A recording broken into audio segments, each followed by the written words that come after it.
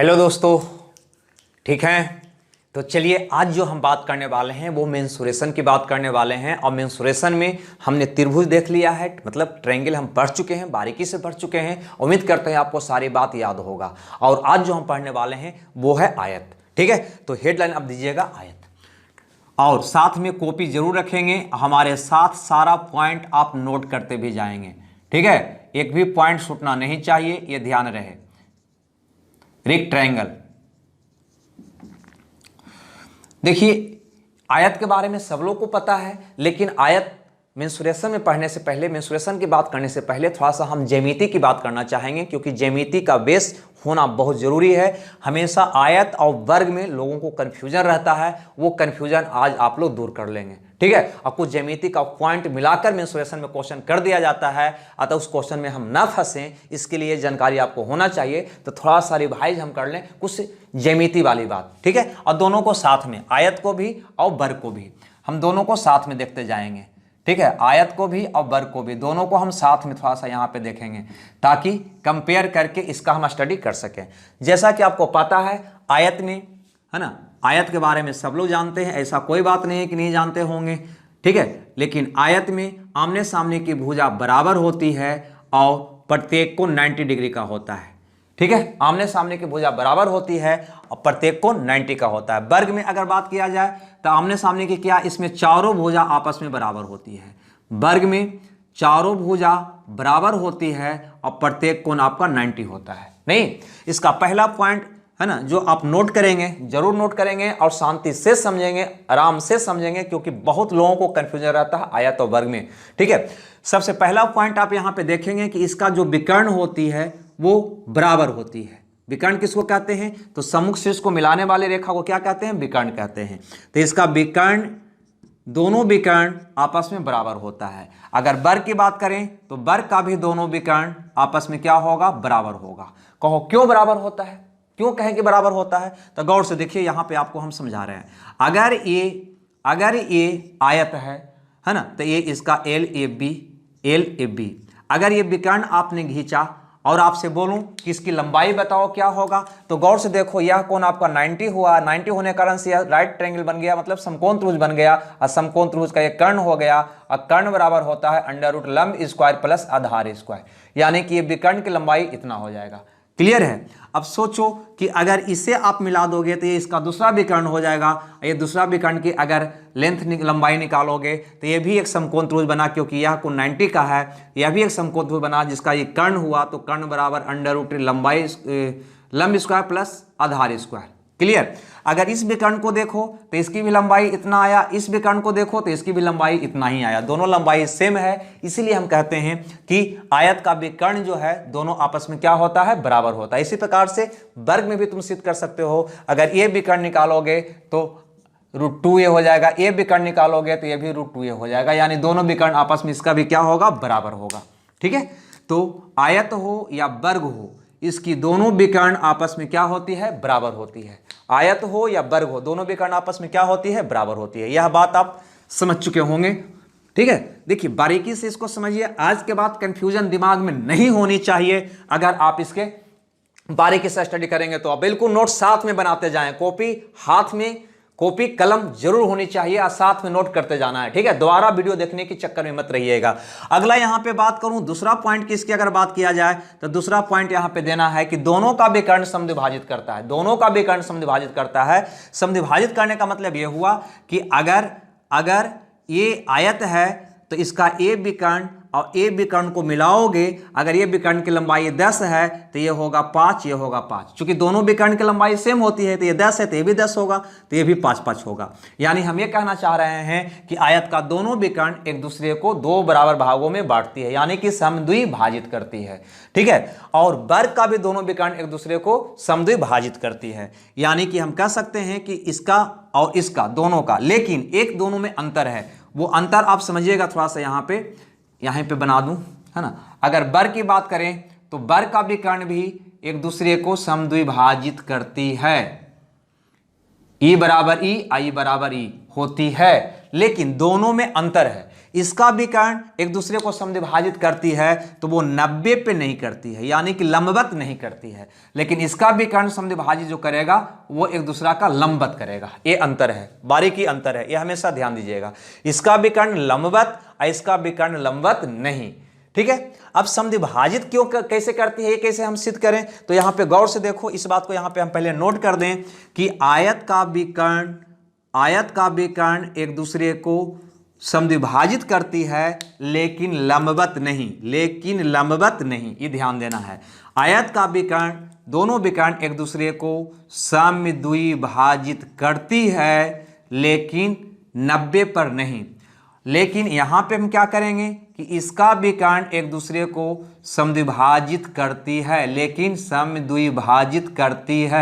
लेकिन लंबवत 90 डिग्री पर। ये लंब का चिन्ह दिए हैं, ठीक है, 90 डिग्री पर, है ना। यहां पे लंबवत होगा और यहां पे लंबवत नहीं होगा, यानी कि ये वाला एंगल यहां पे 90 डिग्री नहीं होगा और ये वाला एंगल यहां पे 90 होगा। ये हम बताना चाह रहे हैं आपको, ठीक है। अब चलिए इसको भी देख लिया जाए क्यों होता है ऐसा, है ना। चलिए, क्योंकि मन में ये बात चले नहीं, इसके लिए थोड़ा सा हम लोग समझ लें कि आखिर ऐसा क्यों होता है। तो देखो, हम सबसे पहले आयत की बात करते हैं। अगर आयत की बात करें तो इसका ए विकर्ण इसका ए विकर्ण को मिला दो, क्लियर है। तुम्हें पता है कि विकर्ण समद्विभाजित करता है, ये तो हमको सिद्ध करना है, लेकिन ये समानांतर ये है, क्योंकि आयत में आमने सामने की भुजा समानांतर और बराबर होती है। जब ये बराबर ये है तो इसके सामने का ये एंगल एकांतर इसका होगा, यानी कि दोनों इक्वल होगा, और ये वाला एंगल अल्फा इसके बराबर होगा, क्योंकि आपको पता है कि जब दो समानांतर रेखा होती है तो उसको दो समानांतर रेखा को कोई त्रिज्या काटता है तो आमने सामने का कोण बराबर होता है, यानी कि अल्फा ते भी क्या होगा अल्फा, ये अल्फा ते भी क्या होगा अल्फा, आई ठिट्टा ते क्या होगा ठिट्टा। अब गौर से देखो, है ना, इस त्रिभुज में अगर तुम गौर से देखते हो तो हमें दिखाई दे रहा है कि दोनों त्रिभुज में, यानी कि ये वाला त्रिभुज और ये वाला त्रिभुज में क्या दिखाई दे रहा है, ई कोण बराबर ई कोण, ई कोण बराबर ई कोण, ये दोनों के संलग्न भुजा ये दोनों कोणों के संलग्न भुजा ये आपस में बराबर है, यानी कि ये त्रिभुज का एक भुजा और दो कोण, इस त्रिभुज का एक भुजा और ये दो कोण आपस में क्या है बराबर है। जब बराबर है तो दोनों त्रिभुज क्या हो गया सर्वांगसम हो गया। जब दोनों त्रिभुज सर्वांगसम हो जाए, याद रखिएगा, जब दोनों त्रिभुज सर्वांगसम हो जाए तो उसका सब कुछ बराबर हो जाता है, सब कुछ A to Z बराबर हो जाता है, क्लियर। अब सोचो कि जब ये दोनों त्रिभुज सर्वांगसम हो गया तो ये ठिट्टा के सामने, इस त्रिभुज की बात करें, इस त्रिभुज में ठिट्टा के सामने ए वाला भुजा, ये ठिट्टा के सामने ए वाला भुजा, इस त्रिभुज की इस ठिट्टा के सामने ए वाला भुजा के क्या होगा बराबर होगा, और इस त्रिभुज में अल्फा के सामने वाला ए भुजा, इस त्रिभुज का अल्फा के सामने वाला ए भुजा आपस में क्या होगा बराबर होगा। यानी यही बात तो मैंने बताया कि इसका विकर्ण ई बराबर ई, यानी कि इसका विकर्ण एक दूसरे को समद्विभाजित करता है, एक दूसरे को क्या करता है समद्विभाजित करता है। अब अगर वर्ग की बात करें तो वर्ग में गौर से देखो, यहां पे हम बता दूं आपको, है ना। देखिए थोड़ा सा टाइम लगेगा लेकिन जड़ से रोग समाप्त हो जाएगा, अतः ऐसा ही हम लोग को स्टडी करना चाहिए, ठीक है। अगर इसका विकर्ण की बात करें, ये दोनों विकर्ण की बात करें तो इसमें भी ये समानांतर ये होगा, तो ए बराबर ए होगा, ए बराबर ये होगा, ठीक है। अल्फा अल्फा, मान लो ये ठिट्टा है तो ये ठिट्टा है, तो दोनों त्रिभुज यहां पे भी सर्वांगसम हो जाएगी। जब सर्वांगसम हो जाएगी तो ई बराबर ई हो जाएगा और ई बराबर ई हो जाएगा, क्लियर। इसके सामने की भुजा ई, इसके सामने की भुजा ई आपस में बराबर हो जाएगा, यानी ये दोनों बराबर हो जाएगा। इसके सामने की भुजा ई, इसके सामने की भुजा ई, ये दोनों आपस में बराबर हो जाएगा, यानी इसका विकर्ण भी एक दूसरे को समद्विभाजित करेगा।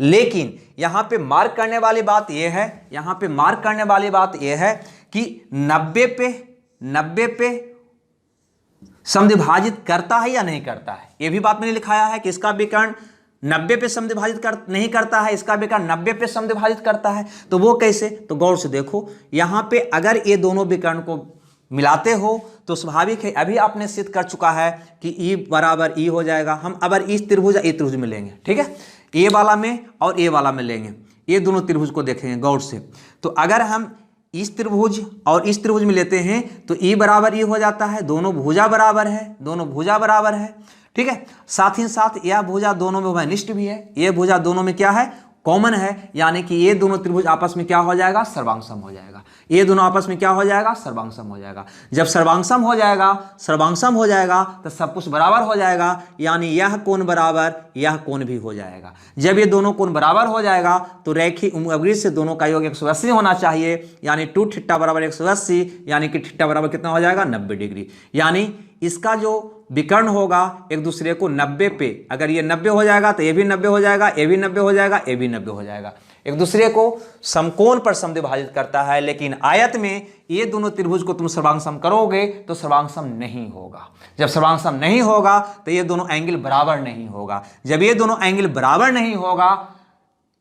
नहीं होगा और दोनों का योग 180 है तो दोनों कोण 90-90 हो, ये हम कह नहीं सकेंगे। यानी कि आयत का विकर्ण एक दूसरे को समकोण पर नहीं काटेगा, ठीक है, समकोण पर नहीं काटेगा, लेकिन वर्ग का विकर्ण एक दूसरे को समकोण पर काटेगा। समकोण पर नहीं काटेगा, समकोण पर काटेगा, समद्विभाजित दोनों करेगा। चलो ये बात में ज्यादा समय आपको दे दिए, ठीक है, और ज्यादा समय जिसमें मिलता है उसमें लोग कंफ्यूज होने लगते हैं। तो हमने अभी तक 2 बातों पे गौर किया। पहला बात कि दोनों का विकर्ण बराबर, आयत वर्ग दोनों का विकर्ण बराबर। दूसरा बात कि इसका विकर्ण भी एक दूसरे को समद्विभाजित करेगा, इसका विकर्ण भी एक दूसरे को समद्विभाजित करेगा, लेकिन यह 90 पर नहीं, यह 90 पर, यानी कि यह को 90 होगा लेकिन यह को 90 नहीं होगा। तीसरा बात पे हम लोग चले अब, ठीक है। तीसरा बात यहां पे सीखें, अगर हम बात करें कि आयत के विकर्ण का, अगर एक विकर्ण की बात करें तो गौर से यहां पर देखिए, यहां पे आपको हम बता रहे हैं कि अगर ये आयत का एक विकर्ण खींचते हो तो इसे 2 बराबर त्रिभुज में बांट देता है, 2 बराबर त्रिभुज में बांट देता है, यानी कि 1/2 होगा तो ये भी 1/2 होगा, याद रखना। यानी कि एक विकर्ण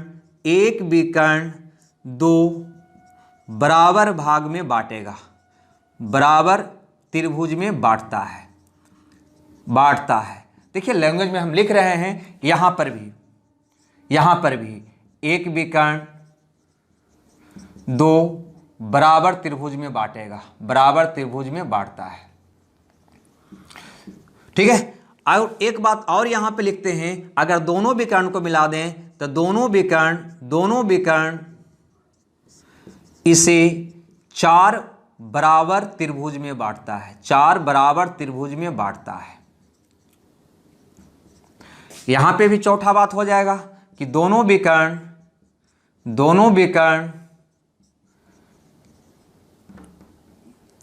इसे यानी वर्ग को 4 बराबर त्रिभुज में बांटता है।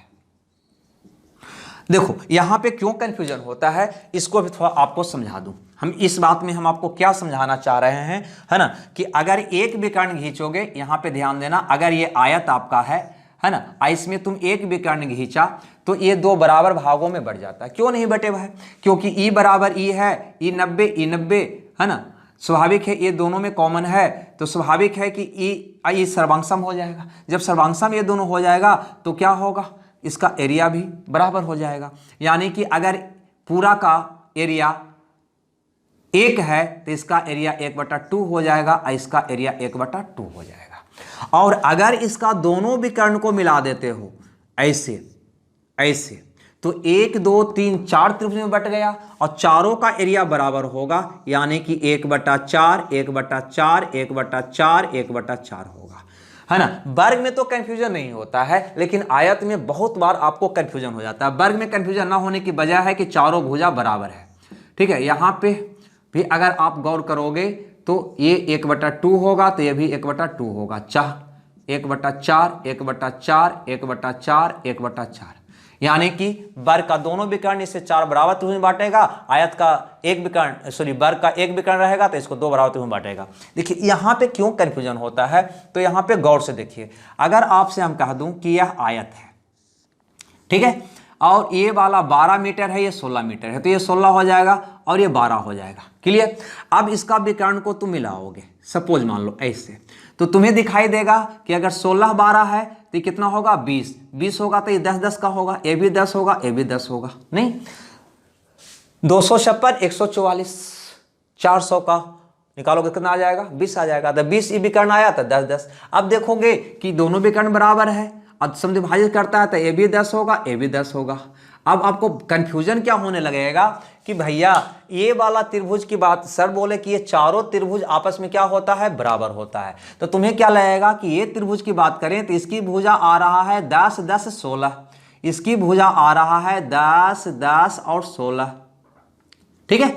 और अगर हम इस त्रिभुज की बात करते हैं तो इसकी भुजा आ रहा है 10 10 12, यानी कि दोनों त्रिभुज की भुजाएं सेम नहीं है। ये 10 है, ये 10 है, इसका दो भुजा 10 10 एक 16 है, और इसका दो भुजा 10 10 एक 12 है। तो बराबर कैसे होगा? तो याद रखना है ना, हमेशा याद रखना कि विकर्ण का, दोनों विकर्ण अगर तुम खींचोगे तो ये चार बराबर त्रिभुज में ही बटेगा, माने चारों त्रिभुज का एरिया जो होगा आपस में बराबर ही होगा। एरिया की हम बात कर रहे हैं, है ना। एक विकर्ण दो बराबर क्षेत्रफल वाले में लिख लो, अगर ज्यादा स्पष्ट करना चाहते हो तो एक विकर्ण दो बराबर क्षेत्रफल वाले त्रिभुज में, क्षेत्रफल वाले त्रिभुज में बांटता है, चार बराबर क्षेत्रफल वाले त्रिभुज में बांटता है।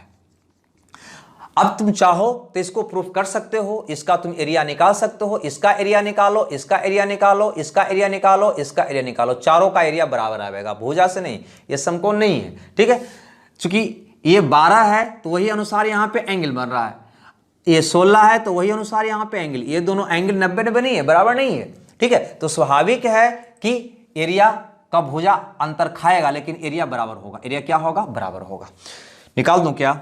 निकाल लेना, तुम घर पे निकाल के चेक कर लेना, ठीक है। अगर इसका एरिया निकालोगे, इस त्रिभुज का एरिया निकालोगे तो गौर से देखो, 16 कितना हो गया, 30 36, 36 का आधा 18, है ना। तो हो जाएगा 18 into 18 minus 10 8, 18 minus 10 8, 18 minus 16 2।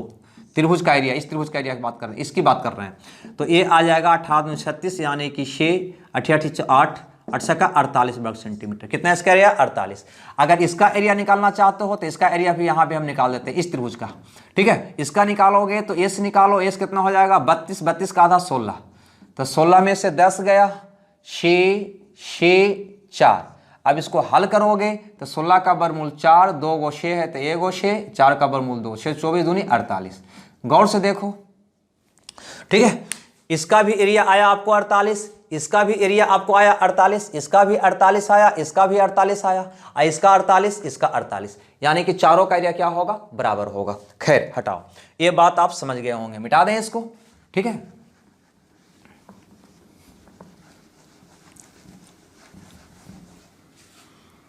Confuse नहीं होना है, क्योंकि लेंदी थोड़ा सा लग रहा होगा, इसलिए कि दोनों को हम साथ में आपको बता रहे हैं, ठीक है। तो थोड़ा सा लेंदी टाइप का लग रहा होगा, लेकिन वैसा कोई बात नहीं है, एक बार क्लियर हो जाएगा तो क्लियर हो जाएगा, ठीक है। तो मैंने क्या बात सीखा? 4 बात, अभी वर्तमान में 4 बात मैंने सीखा। पहला बात सीखा कि दोनों का विकर्ण बराबर होगा, दोनों का विकर्ण समद्विभाजित करेगा, लेकिन इसका 90 पर नहीं, इसका 90 पे। इसका विकर्ण, एक विकर्ण दो बराबर क्षेत्रफल वाले त्रिभुज में बांटेगा, इसका भी एक विकर्ण खींचोगे तो दो बराबर क्षेत्रफल वाले त्रिभुज में बढ़ जाएगा। दोनों विकर्ण खींचोगे तो 4 बराबर क्षेत्रफल वाले त्रिभुज में बढ़ जाएगा, ये भी 4 बराबर क्षेत्रफल वाले त्रिभुज में बढ़ जाएगा। चलिए 5वां पॉइंट को देखते हैं, मिटा दूं इसको अब, ठीक है। तो 5वां पॉइंट को देखिए थोड़ा सा।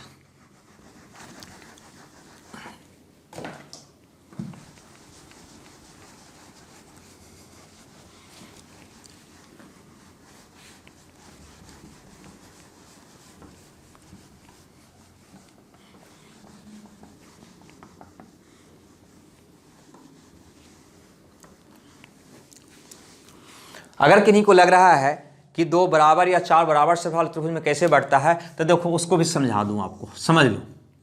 जैसे मान लो ये हमारा आयत है, ठीक है। एक विकर्ण आपने खींचा, एक विकर्ण आपने खींचा, थोड़ा सा गौर करिए। अगर इस विकर्ण को खींचते हैं और इस त्रिभुज में देखते हैं तो विकर्ण एक दूसरे को समद्विभाजित करता है, यानी कि यह मिड पॉइंट हुआ इस भुजा का, ठीक है। अब ये जब मिड पॉइंट हुआ तो ये माध्यिका हो गया, और माध्यिका इसको 2 बराबर क्षेत्रफल वाले त्रिभुज में बांटता है, 2 बराबर क्षेत्रफल वाले त्रिभुज में बांटता है, यानी कि 1 होगा तो भी क्या होगा? 1 होगा। उसी प्रकार से इधर ही 1 होगा तो भी क्या होगा? 1 होगा। क्लियर? अब तुम सोचो क्या होगा? चारों का एरिया क्या होगा? बराबर होगा। ये दोनों का भी एरिया क्या होगा? बराबर होगा। ये दोनों का भी एरिया क्या होगा? बराबर होगा, ठीक है। बस यही हम आपको बता रहे थे कि एक विकर्ण, है ना, 2 बराबर क्षेत्रफल में बांटेगा, दोनों विकर्ण खींचोगे तो 1 2 3 4 बराबर क्षेत्रफल में बांटेगा। चलिए आगे देखिए अगला क्वेश्चन। अगला पॉइंट यानी कि पांचवा पॉइंट। पांचवा पॉइंट क्या है उसको भी गौर से देख लें।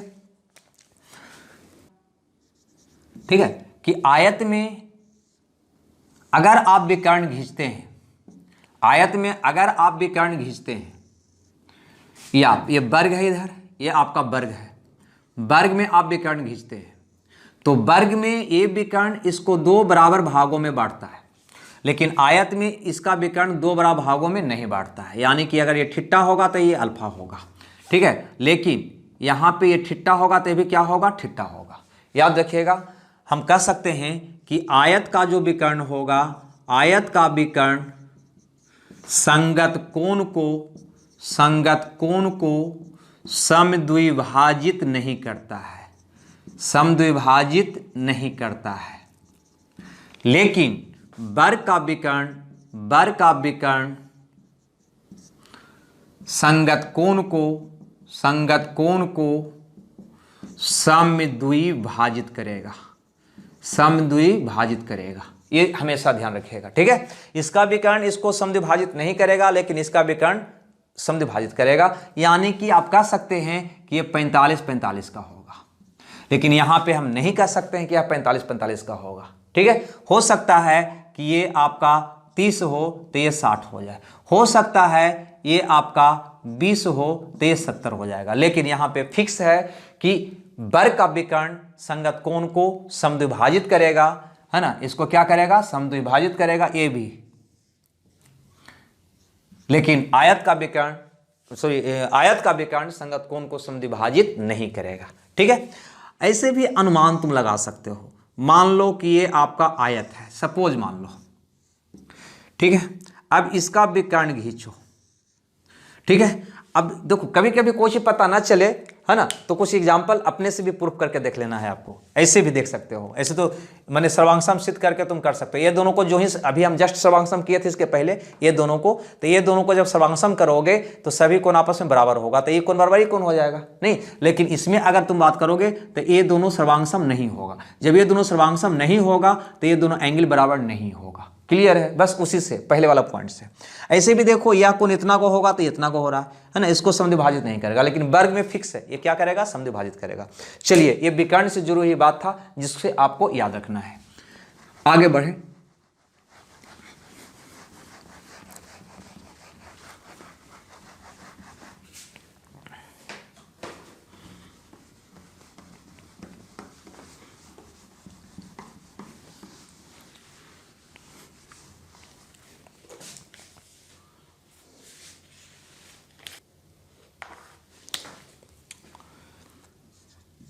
छठे पॉइंट होगा, छठा बात आपको याद रखना है कि अगर आयत के अंदर कोई बिंदु दे दे, सपोज मान लो, इस चीज को भी बढ़िया समझना है आपको, है ना, अंदर में कोई बिंदु ओ है और इसे चारों शीर्ष से आप मिलाते हो, ऐसे ऐसे और ऐसे, ठीक है। इसका एरिया A1, इसका एरिया A2, इसका एरिया A3, इसका एरिया A4। तो हमेशा याद रखना कि A1 प्लस A3 बराबर होगा A2 प्लस A4 का, यानी कि ये दोनों का एरिया का योग ये दोनों के एरिया के बराबर होता है। ये कोई नई बात मैंने नहीं सीखा। अब देखो, अगर गौर से देखो, अगर तुम A2 प्लस A4 निकालना चाहते हो, ये दोनों का योग निकालना चाहते हो, ठीक है, एरिया का, तो इसका एरिया निकालोगे तो ऐसा करते हैं कि यहाँ से ये आपका वो है, यहाँ से इसको हम H1 कर देते हैं ऊंचाई, इसको कर देते हैं H2 ऊंचाई, ठीक है।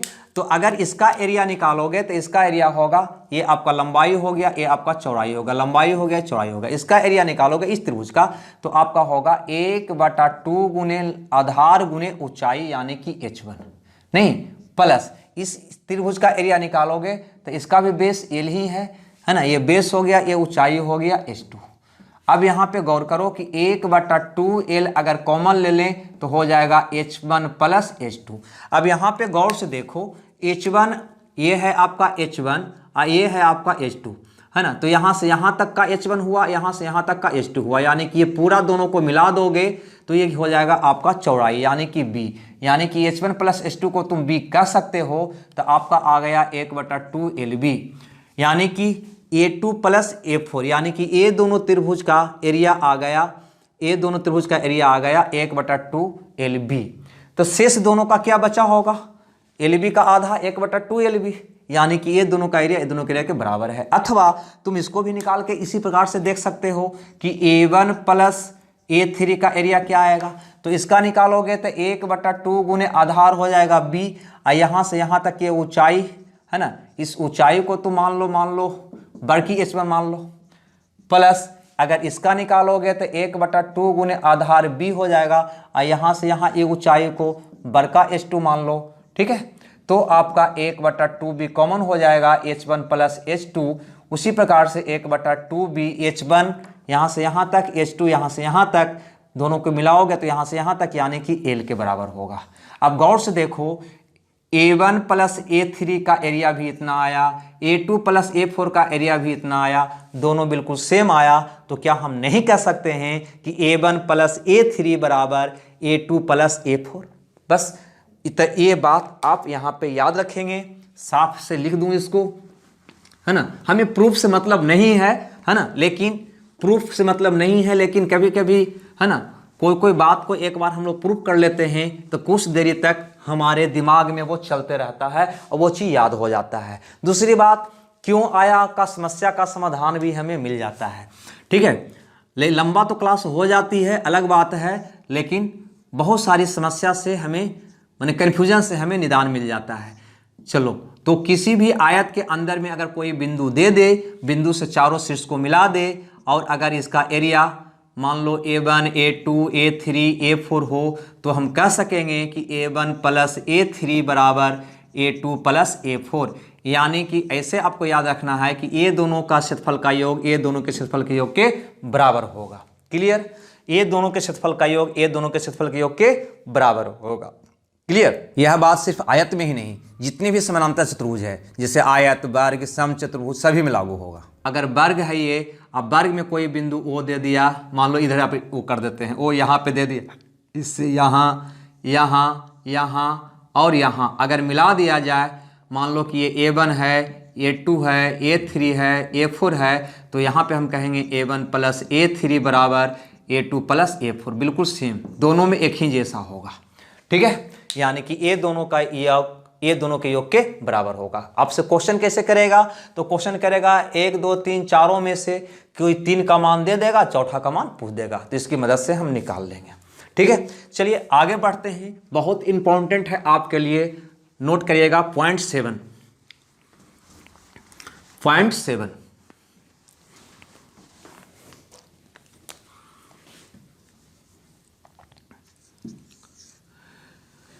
देखिए पॉइंट 7 में आप याद रखेंगे कि कोई भी आयत हो, ठीक है, अगर इसकी कोई एक भुजा को आधार मान के कोई त्रिभुज खींचा जाए, किसी एक भुजा को आधार मान के कोई त्रिभुज खींचा जाए जिसका शीर्ष उसके सम्मुख भुजा पर हो, तो पहला बात इसमें याद रखना कि ये त्रिभुज का जो एरिया होगा इस आयत के एरिया का आधा होगा। ठीक है, कोई भी आयत में किसी एक भुजा को बेस मानकर वैसा त्रिभुज खींचा जाए जिसका शीर्ष उसकी सम्मुख भुजा पर हो, तो ऐसी स्थिति में इस त्रिभुज का एरिया जो होगा इस आयत के एरिया का आधा होगा। दूसरा बात याद रखना इसमें ये याद रखना है आपको कि अगर ये शीर्ष इसे m अनुपात n में बांटता है, अगर इस त्रिभुज का शीर्ष सम्मुख भुजा को m अनुपात 1 में बांटता है, तो ये दोनों त्रिभुज जो छोटा वाला देख रहे हैं ये वाला और ये वाला, इसका रेशियो भी होगा m अनुपात n में। ये बात भी आपको याद रखना है। ठीक है, ये 7वां बात में याद रखना है। यानी हम आपको ये कहना चाह रहे हैं कि अगर ये आयत है, अगर ये आयत का एरिया मान लो 100 सेंटीमीटर स्क्वायर है, 100 सेंटीमीटर स्क्वायर है, अगर इसमें कोई त्रिभुज आप खींचते हैं, ठीक है, तो ये त्रिभुज का एरिया इस आयत का एरिया का आधा होगा। यानी कि आयत का जो क्षेत्रफल आपका दिया हुआ था 100, उसका आधा होगा, यानी कितना होगा 50 होगा। जब ये 50 होगा तो ये दोनों का एरिया कितना बचा, तो आप कहेंगे 50। यानी अगर ये मान लो ऐसा है, त्रिभुज 1 प्लस त्रिभुज 2 की बात कर दे तो कितना होगा 50। दूसरी बात मैंने बताया कि ये त्रिभुज का शीर्ष इस भुजा को जिस अनुपात में बांटेगा, जिस अनुपात में बांटेगा, मान लो कि ये 2:3 में बांट रहा है, सपोज मान लो, तो ये दोनों त्रिभुज का जो रेशियो होगा वो वह भी होगा 2:3 में। सोचो, दोनों का योग बच रहा है 50 और दोनों को 2:3 में बांट रहा है, यानी कि योग हो गया 5, 5 का वैल्यू 50 तो 1 का वैल्यू 10, यानी कि ये हो जाएगा 20 और ये हो जाएगा 30। मतलब ये त्रिभुज का एरिया हम पूछे कोई तो कह देंगे 20 होगा, और ये त्रिभुज का एरिया पूछे तो हम कह देंगे 30 होगा। क्लियर है? दूसरा ढंग से भी इसको समझ लेते हैं।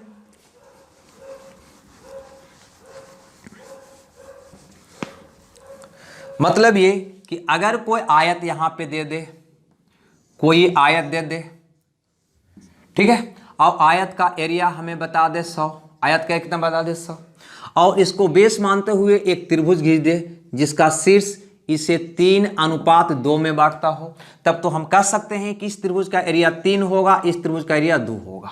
तो इसका एरिया क्या होगा? तो पूरा आयत का आधा होगा, तो आधा ये होगा तो आधा ये दोनों मिलकर बन गया, तो 3 और 2 5 हो गया आधा, नहीं, यानी कि पूरा एरिया 5 3 8 10 हुआ, 10 में से आधा 5 ही हुआ और 5 में से 3 और 2 ही हुआ, यानी यही रेशियो में ये दो। पूरा आयत का एरिया आपको दिया हुआ है, आयत का एरिया आपको दिया हुआ है 100, तो हम कहेंगे 5 3 8 2 10, 10 का वैल्यू 100, तो 1 का वैल्यू 10, 1 का वैल्यू 10, तो ए वाला का एरिया हो जाएगा 50, ए वाला का एरिया हो जाएगा 20, ए वाला का एरिया हो जाएगा 30। ये बात आप याद रखना, ठीक है। ये आयत में ही नहीं, ये बात वर्ग में भी लागू होगा, आयत में भी लागू होगा और वर्ग में भी लागू होगा। वर्ग में सेम कंडीशन है, यही दोनों में, आयत में भी और वर्ग में भी, दोनों में लागू होगा, ठीक है। तो आप वर्ग बनाकर फिगर को साथ में बना सकते हैं, क्योंकि कंपेयर करके लिखते जा रहे हैं आप, एक साइड में आयत एक साइड में आप वर्ग, अपने हिसाब से आप इसको नोट कर लेंगे, ठीक है। अब 8वां पॉइंट पे हम चलते हैं, ठीक है। 8वां पॉइंट भी आपके लिए, ठीक है, इंपॉर्टेंट है। कुछ हम यहां पे जो बात कर रहे हैं वो ज्यामिति से जुड़ा हुआ बात कर रहे हैं, है ना, क्योंकि जो भी क्वेश्चन आपको यहाँ पे दिखाई देता है कहीं ना कहीं उसमें कुछ ज्यामिति का गंध जरूर आता है, गंध कहो या सुगंध कहो, जो भी कहो, है ना, देखने को मिल जाता है। अतः हल्का सा बात ज्यामिति वाली को बात याद। 7वां था, तो 8वां पॉइंट यहाँ पे देखें। अगर मान लो कोई आयत है, ठीक है, या कोई वर्ग है, हम दोनों की कॉमन बात बता रहे हैं, क्योंकि कोई ज्यादा फर्क है नहीं आयत और वर्ग में। अभी तक मैंने क्या फर्क देखा आयत और वर्ग में? तो बस हम एक ही 2 फर्क मैंने देखा, है ना, आयत और, अभी तक जो हम पढ़े आयत और वर्ग, ये आयत और वर्ग में कौन कौन बात कॉमन नजर आपको नहीं आया? तो पहला बात कि इसका विकर्ण लंबवत नहीं था और इसका विकर्ण लंबवत था, पहला अंतर ये आया था।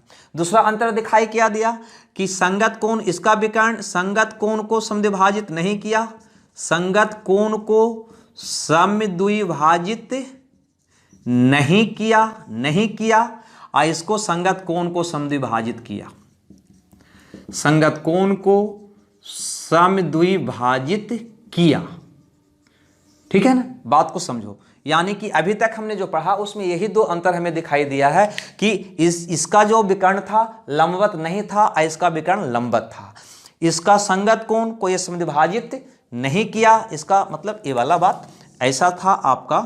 तो ये वाला जो विकर्ण खींचे थे तो ये थीटा हुआ था तो ये अल्फा हुआ था, लेकिन वर्ग में हमने क्या, वर्ग में अगर ये हम विकर्ण मैंने खींचा था तो ये भी थीटा हुआ था, तो ये भी क्या हुआ था, थीटा हुआ था, यानी संगत कोण को समद्विभाजित कर रहा था, यहाँ पे संगत कोण समद्विभाजित नहीं कर रहा था।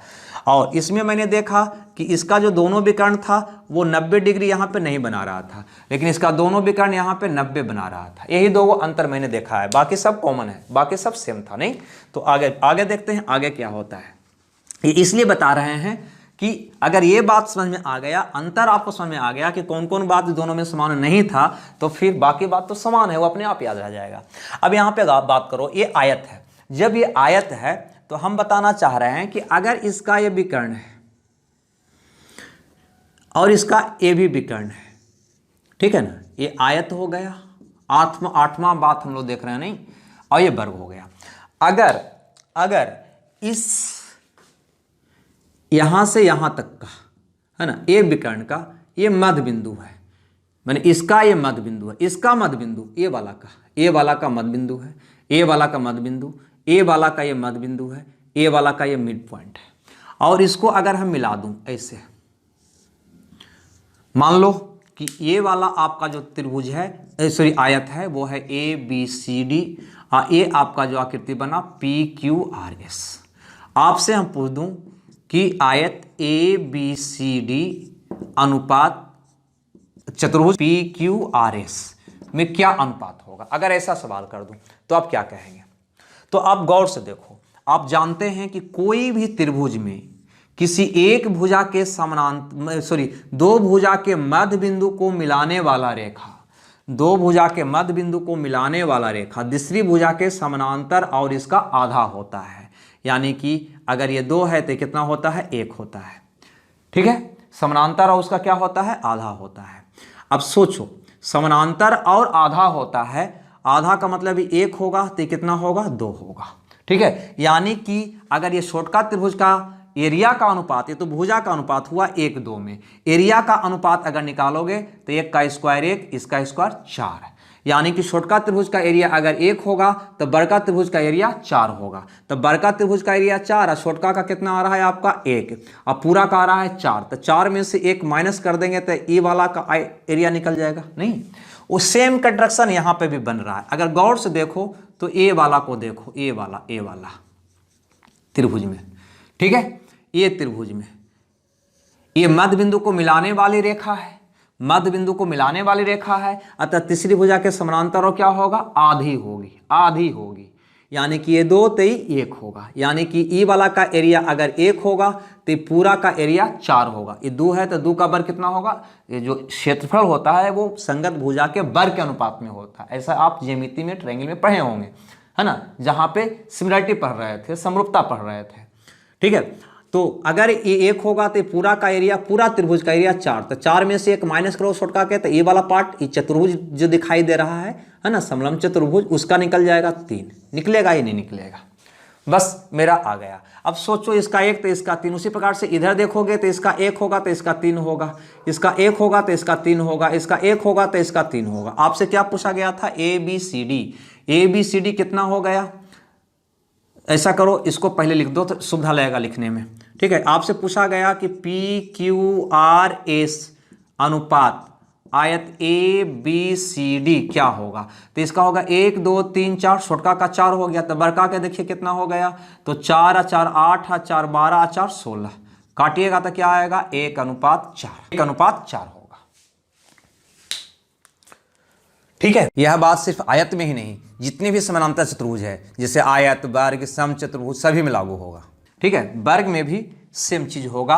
गौर से देखो कि ये इसका विकर्ण हुआ, ये इसका विकर्ण हुआ, इसका मध्य बिंदु ए हुआ, इसका मध्य बिंदु ए हुआ, इसका मध्य बिंदु ए हुआ, इसका मध्य बिंदु ए हुआ, तो बिल्कुल इसी ढंग से ए भी होगा, है ना। इस त्रिभुज में मध्य बिंदु को मिलाने वाली रेखा इसका आधा होगा, आधा होगा तो 1 होगा तो 2 होगा, तो इसका एरिया 1 तो पूरा का एरिया 4, यानी कि इसका एरिया 1 तो पूरा का 4, यानी कि ये हो जाएगा 3।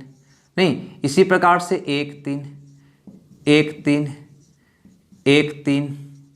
ठीक है, तो अंदर वाला का एरिया निकालोगे तो हो जाएगा 4, बाहर वाला का एरिया निकालोगे पूरा का टोटल का एरिया तो हो जाएगा 4 4 8 4 12 4 16, यानी कि 1:4 में होगा। ठीक है, कितना होगा? 1:4 में होगा, है ना। तो ये आपका 8वां पॉइंट था।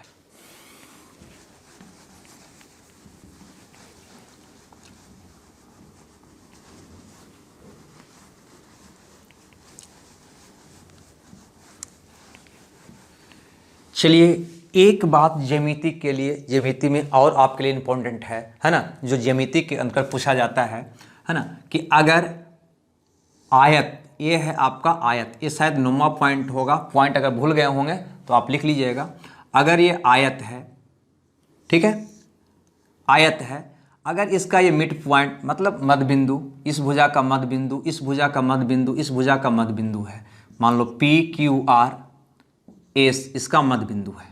मध्य बिंदु में मतलब ना ए बराबर ई, ई बराबर ई, ई बराबर ई, ई बराबर ई, ठीक है, और ई बराबर ई है। ठीक है, अब ये मध्य बिंदु को मिलाने से जो आकृति बनेगी, ये मध्य बिंदु को मिलाने से जो आकृति बनेगी वो क्या होगा? ये आपका एक सवाल होता है कि कौन सा आकृति बनेगा। चतुर्भुज तो बन रहा है, कैसा चतुर्भुज बनेगा, आयत बनेगा, वर्ग बनेगा, समानांतर चतुर्भुज बनेगा, क्या बनेगा, ये आपसे क्वेश्चन करता है वो। ठीक है, तो यहाँ पे एक बात आप ध्यान दीजिएगा, हम आयत की बात कर रहे हैं कि आयत के चारों भुजा के मध्य बिंदु को, आयत के चारों भुजा के मध्य बिंदु को मिलाने से जो आकृति प्राप्त होती है वो क्या प्राप्त होती है। तो गौर से देखिए, थोड़ा सा इसको हम देखते हैं। यहाँ पे अगर ये इसका विकर्ण है, सपोज मान लो एक विकर्ण मैंने खींचा, तो ये विकर्ण है, तो ये विकर्ण का ये क्या होगा, आधा होगा। सपोज मान लो कि ये विकर्ण हम 10 का ले लेते हैं, ये विकर्ण कितना का ले लेते हैं, 10 का। तो 10 का ले लेते हैं, तो आपको पता है कि ऐसे आपको एक त्रिभुज बन गया, नहीं एक ऐसा त्रिभुज बन गया, और इसका मध्य बिंदु P और इसका मध्य बिंदु Q। ठीक है, इसका मध्य बिंदु P और इसका मध्य बिंदु Q है। अगर इसको मिलाइएगा, ये विकर्ण की लंबाई आपने 10 लिया, तो किसी भी त्रिभुज में दो भुजा के मध्य बिंदु को मिलाने वाली रेखा तीसरी भुजा के आधी होती है और समानांतर भी होती है, समानांतर और आधी होती है। अगर 10 है तो कितना होगा, ये 5 होगा। यानी इतना बात तो आपको क्लियर हो गया कि अगर ये भुजा आप ये विकर्ण की लंबाई अगर 10 मानते हो तो इसका आधा ये 5 होगा, ये भी कितना होगा, 5 होगा। क्लियर। उसी प्रकार से है ना, उसी प्रकार से इससे थोड़ा सा हम रहने दो, कोई दिक्कत नहीं है। उसी प्रकार से इस विकर्ण को भी हम मिला दें, इस विकर्ण को भी मिला लें, और इस विकर्ण को भी अगर मिला लें, और इस विकर्ण की भी लंबाई हम सपोज मान लो 10 ही ले लें। इस विकर्ण की लंबाई, चूंकि दोनों का तो विकर्ण, दोनों विकर्ण तो बराबर ही होता है, तो अगर ये 10 है तो ये भी विकर्ण हम 10 ही होगा, नहीं दोनों विकर्ण बराबर होता है। अगर ये विकर्ण आपने 10 लिया है तो ये विकर्ण भी आपका 10 ही होगा। ठीक है, तो ये विकर्ण भी आपका 10 ही होगा। तो ये विकर्ण अगर 10 लिए, थोड़ा सा फिगर गिजबिज हो रहा है, एक काम करते हैं है ना, ए वाला विकर्ण को कुछ देरी के लिए हम पहले मिटा देते हैं। ठीक है, तो अगर ए विकर्ण लिया, इसकी भी लंबाई पहले जितना ही होगा, 10 होगा। तो अब हम इस त्रिभुज में अगर देखें तो इस त्रिभुज में ई भुजा का मध्य बिंदु इस भुजा का मध्य बिंदु को मिलाने वाली रेखा PS है, जो इसका क्या होना चाहिए, आधा होना चाहिए। यानी कि ये 5 होगा, तो ये भी आपका 5 होगा। ठीक है, थोड़ा सा अब इसको मिटा दें। यानी कि स्पष्ट है जो आकृति प्राप्त हुआ है उसकी चारों भुजा बराबर आ रहा है। जब चारों भुजा बराबर आ रहा है तब बताओ कि क्या होगा। तो चारों भुजा बराबर होता है आपका किसमें, वर्ग में होता है, फिर होता है समचतुर्भुज में, रंबस में, नहीं या तो स्क्वायर में या रंबस में। यानी कि अभी तक आपने निकाला कि इसकी चारों भुजा बराबर होगा तो या तो वर्ग होगा या समचतुर्भुज होगा, या तो वर्ग होगा या समचतुर्भुज होगा। लेकिन वर्ग होगा या नहीं, समचतुर्भुज होगा या नहीं, कौन होगा दोनों में, ये पता करने के लिए थोड़ा सा हमें और दिमाग लगाना होगा। देखो इस विकर्ण को भी पुनः खींचो, ये विकर्ण तो था ही, ये विकर्ण खींचा। आपको पता है कि आयत का विकर्ण जो होता है 90 पे नहीं काटता है, यानी यह कोण आपका 90 डिग्री नहीं है, यह कोण आपका 90 डिग्री नहीं है। गौर से देखो, ये वाला विकर्ण और ये वाला रेखा को ये वाला ऐसे काट रहा है, ये दोनों समानांतर है, इसको ये दोनों समानांतर इसको ऐसे काट रहा है, तो आपको पता है कि ये दोनों कोणों का योग, ये दोनों कोणों का योग 180 होता है। अंतः कोणों, दोनों अंतः कोणों का योग 180 होता है। तो ये समानांतर, ये समानांतर है, अतः ये वाला और ये वाला को जोड़ेंगे तो 180 आएगा। 180 जब आएगा तो ये 90 नहीं है, ये 90 नहीं है, तो स्वाभाविक है ये भी 90 नहीं होगा, या तो 90 से ज़्यादा होगा या 90 से कम होगा। ये 90 रहता तब ना ये भी 90 होता, तो दोनों को जोड़ते तो 180 आता। तो पहले ही तुम पढ़ चुका है कि आयत का विकर्ण 90 पे काटता ही नहीं है, यानी कि यह 90 डिग्री नहीं है, 90 नहीं है तो ये भी 90 नहीं होगा।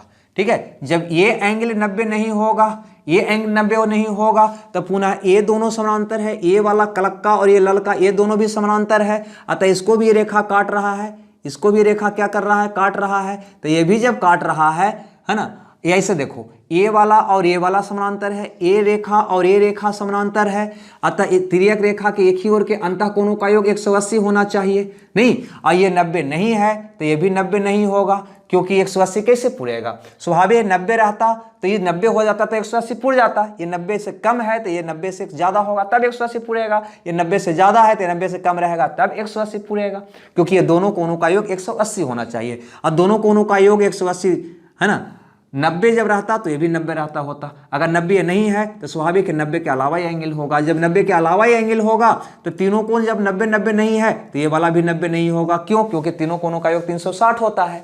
ठीक है, सॉरी, चारों कोणों का योग 360 होता है। तो ये तीनों जब 90 90 नहीं है, यानी कि तो ये भी कोण आपका 90 नहीं होगा। ठीक है, यानी कि जब ये 90 नहीं होगा तो ये वर्ग नहीं होगा, क्योंकि इसकी चारों भुजा तो बराबर आया है लेकिन प्रत्येक को 90 नहीं आया है, यानी कि आप वर्ग नहीं होगा। जब वर्ग नहीं होगा तो क्या होगा, समचतुर्भुज होगा, क्योंकि चारों भुजा तो बराबर है ही। हाँ, चारों भुजा के साथ साथ अगर प्रत्येक को 90 हो जाता तो क्या हो जाता है, ये वर्ग हो जाता। समचतुर्भुज नहीं कह के इसको क्या कह देते, वर्ग, लेकिन सिर्फ चारों भुजा बराबर निकला आयत में।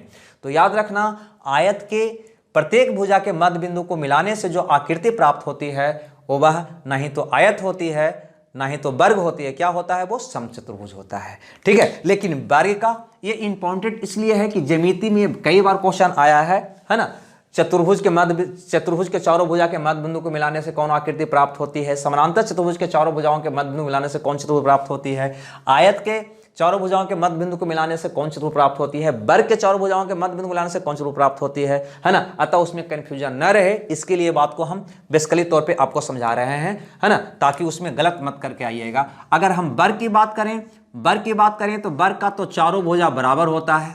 ठीक है, वर्ग का चारों भुजा बराबर होता है। ठीक है, साथ ही साथ अगर इसकी मध्य बिंदु को मिलाया जाए तो ऐसे तो कौन आकृति प्राप्त होगा, ये मेरा सवाल है। तो उसी प्रकार से यहाँ पे अगर देखो तो अगर ये विकर्ण को हम घींच देते हैं, ये विकर्ण को अगर हम घींच देते हैं और ये विकर्ण अगर 10 है तो ये इसका आधा 5 होगा। अब बताने की आवश्यकता नहीं, अभी मैंने आपको बताया है ना, क्योंकि इस त्रिभुज में देखेंगे, इस त्रिभुज में दो भुजा के मध्य बिंदु को मिलाने वाली रेखा तीसरी भुजा के समानांतर और आधी होती है, यानी अगर 10 है तो कितना होगा, 5 होगा। और उसी प्रकार से ये भी आपका कितना होगा, 5 होगा। अब इसको अगर मिलाओगे तो उसी प्रकार से ये भी 10, क्योंकि दोनों विकर्ण बराबर है, ये विकर्ण आप 10 लिया तो ये विकर्ण भी 10 लेना होगा, तो 10 तो इसका आधा ये हो जाएगा 5, इसका आधा ये होगा 5। बिल्कुल इस वजह से यहाँ पर भी चारों भुजा आपको बराबर नजर आ रहा है। लेकिन अब कौन देखना है ना, जब चारों भुजा बराबर हो गया तो सेम कंडीशन यहाँ पे भी आके अटक जा रहे हैं हम कि वर्ग होगा या समचतुर्भुज होगा, वर्ग होगा या समचतुर्भुज होगा, दोनों बात यहाँ पे भी डिपेंड करेगा। ठीक है, अगर चारों कोण 90 हो जाएगा तो वर्ग हो जाएगा, नहीं होगा तो समचतुर्भुज होगा। यहाँ पे चारों कोण 90 नहीं, एक 90 नहीं आया तो कोई कोण 90 नहीं आएगा। जब 90 नहीं आया, चारों कोण 90 नहीं आया तो यह चारों कोण जब 90 नहीं आया तो क्या हो गया, ये समचतुर्भुज हो गया, वर्ग नहीं हुआ, क्योंकि प्रत्येक को 90 होता तब ना वर्ग होता। चलो यहाँ देखो क्या होगा, तो सोचो, मैंने पढ़ा कि आयत का विकर्ण तो 90 पे नहीं काटता है, लेकिन वर्ग का विकर्ण तो 90 पे एक दूसरे को काटता है, वर्ग का विकर्ण 90 पे काटता है। सोचो अगर ये 90 है और ये समानांतर ये है, ए समानांतर ये है, यानी कि ए समानांतर ये है, ई इसको काट रहा है, ये 90 हो रहा है, तो यह कोण कितना होगा, 90 होगा, क्योंकि तिर्यक रेखा के एक ही ओर के अंतः कोणों का योग 180 डिग्री होता है। तो ये 90 है तो कितना हो जाएगा, 90। फिर उसी ढंग से ये कितना हो जाएगा, 90। क्यों 90 होगा, तो गौर से देखो, ई समानांतर ये रेखा इन्हें काट रहा है, तो तिर्यक रेखा के एक ही ओर के अंतः कोणों का योग 180 होना चाहिए, 90 तो 90 हो गया। जब यह कोण 90 आपका निकल गया, जब यह कोण आपका 90 निकल गया, ठीक है, एक कोण और चारों भुजा बराबर है, तब प्रत्येक कोण कितना का हो जाएगा, 90, क्योंकि ये भी 90 है, ये भी 90, ये भी 90 है।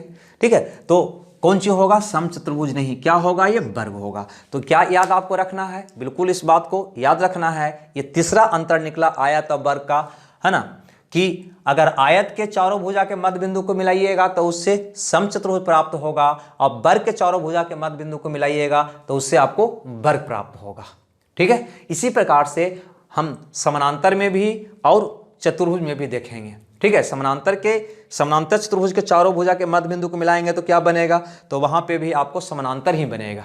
ठीक है, समानांतर ही बनेगा। क्यों, क्योंकि समानांतर चतुर्भुज का दोनों विकर्ण बराबर नहीं होता, वो बात वहां पे करेंगे, यहां करेंगे तो कंफ्यूज हो जाएंगे। ठीक है, तो खैर ये दोनों बात याद रखेगा, खास तौर से मेंसुरेशन में तो नहीं, ज्यामिति में आपसे पूछा जाता है। चूंकि हम लोग यहाँ पे आज ज्यामिति का ही पॉइंट पढ़ रहे थे, इसलिए ये बात भी आपको बता देना हम उचित समझे। ठीक है, तो अब हम जो बात करेंगे, है ना, खास तौर से जो मेंसुरेशन में हमसे पूछे जाना है, लेकिन वो पढ़ने से पहले इतनी बात की जानकारी हमें चाहिए ताकि कभी भी एग्जाम में क्वेश्चन आए तो हम फंसे नहीं। ठीक है, तो ऐसा करें, क्लास थोड़ा सा लंबी हो गई है, कल हम बात करेंगे आयत और वर्ग के, है ना, बारे में एक साथ, मेंसुरेशन से जुड़ी हुई बातें, जिससे कि हम क्वेश्चन भी उस पर कराएंगे और हल भी हम उसको करेंगे। ठीक है, तो बस ये बात को थोड़ा सा दिमाग में रखिएगा, बस यही उम्मीद के साथ कि आप जरूर इसको अपने नोटबुक में नोट किए होंगे और एक दो बार रिवाइज कर लेंगे, और उसके बाद मेरे साथ कल इसी समय में हाजिर होंगे